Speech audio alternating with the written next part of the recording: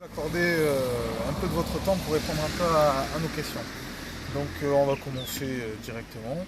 On va essayer de... Nous on s'est posé la question sur le thème de l'éducation. Nous savons que les bases, lire, écrire et compter, s'acquièrent au cours des premières années du primaire. Donc nous on s'est posé la question, si vous êtes élu à l'Assemblée, est-ce que vous avez en tête une proposition, une réforme qui permettrait de mettre le paquet entre guillemets pour les enfants dans les premières années du primaire et leur donner les bases, lire, écrire et compter, puisque si l'on considère que l'objectif que l'école a un objectif, ce serait de s'accomplir dans sa vie. Lire, écrire et compter, c'est une des bases. Donc c'est la base de l'éducation. Donc il n'y a pas à avoir de projet particulier, sinon de réhabiliter cette exigence et cette priorité pour que tous les enfants à la sortie du primaire sachent lire, écrire et compter. Je crois que Vincent Peillon, qui est le nouveau ministre de l'Éducation, est complètement conscient de cette nécessité parce que nous savons les uns et les autres par notre expérience locale que les jeunes qui décrochent plus tard sont des jeunes qui n'ont pas acquis toutes ces notions dans le primaire et que donc c'est le primaire qui est déterminant.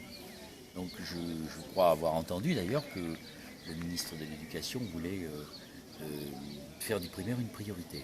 Sur le personnel RASED, vous êtes pour une...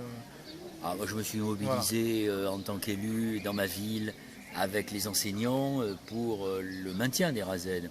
Avoir supprimé les RASED, c'est à la fois un scandale et puis c'est une décision qui est particulièrement injuste puisqu'elle frappe les plus vulnérables des enfants et des familles. Et donc quand vous liez à cela la suppression de la carte scolaire, vous vous rendez compte que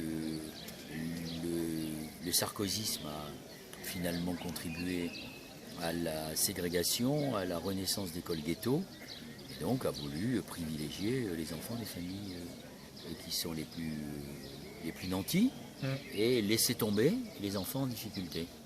Ok, très bien. Sur le thème du logement, donc vous l'avez évoqué lors de la réunion publique, comment comptez-vous favoriser la mixité sociale et comment faire appliquer la loi SRU et les 20% de logements sociaux? Alors, notre ministre de l'égalité des territoires et du logement, Cécile Duflot, a déjà annoncé un certain nombre de choses. Par exemple, le blocage des loyers quand il y a une relocation pour éviter la flambée des prix et permettre à des gens dans les endroits sensibles et en pression, comme par exemple l'Île-de-France ou la Côte Basque ou la Côte d'Azur, permettre à ceux qui, par exemple, travaillent comme saisonniers sur la Côte Basque de pouvoir se loger et ne pas être victimes de prix absolument insupportables. Et puis, c'est un des engagements de François Hollande qui sera tenu, c'est de faire passer de 20 à 25% la part de logement social dans les villes et descendre le seuil d'habitants, de descendre des villes à partir de 1500 habitants.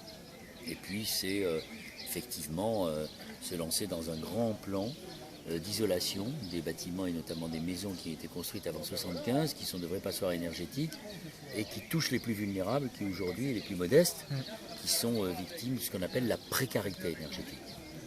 Très bien.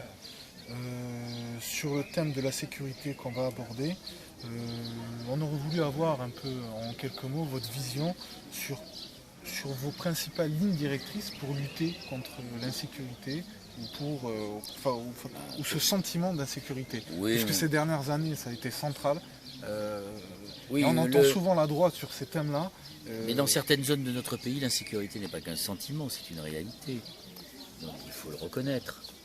Donc j'en discutais il y a quelques minutes avec une ancienne responsable d'un service de prévention qui disait qu'il fallait développer la question de la réparation. Quand les jeunes commettent des incivilités, dès la première incivilité, leur montrer essayer de savoir pourquoi ils l'ont commise, qu'ils expliquent pourquoi, et puis qu'ils réparent.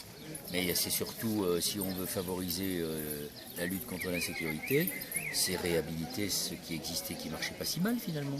C'est la police de proximité. Mais ça, ce n'est qu'un effet. Lutter contre l'insécurité, c'est faire en sorte que les gens vivent moins mal là où ils sont. C'est que leurs conditions sociales s'améliorent, que leur niveau d'éducation s'améliore. C'est ça.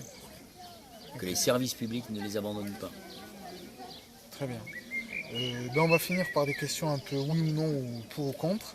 Donc, bon. Êtes-vous pour la proportionnelle intégrale ou une dose lors des élections Pour une dose de proportionnelle, c'est le sens de l'accord passé entre les socialistes et Europe Écologie Les Verts. Ok. Êtes-vous pour la comptabilisation du vote blanc? Oui. Très bien. Avez-vous une procédure en tête si le vote blanc gagne? Si le vote blanc, on le compte au lieu de ne pas le considérer comme étant nul et non actif. Ok, très bien. Êtes-vous pour l'élaboration et l'établissement des lois mémorielles qui font... J'ai participé aux lois mémorielles, notamment avec Christiane Taubira, mais en même temps, je les ai votées, mais je pense que c'est Pierre Nora qui a raison, et ce sont les historiens qui ont raison, c'est aux historiens de fixer la mémoire et pas aux législateurs. Très bien. Bien, écoutez, je vous remercie pour... C'est moi qui vous remercie, Saber. À bientôt. À bientôt. Au revoir.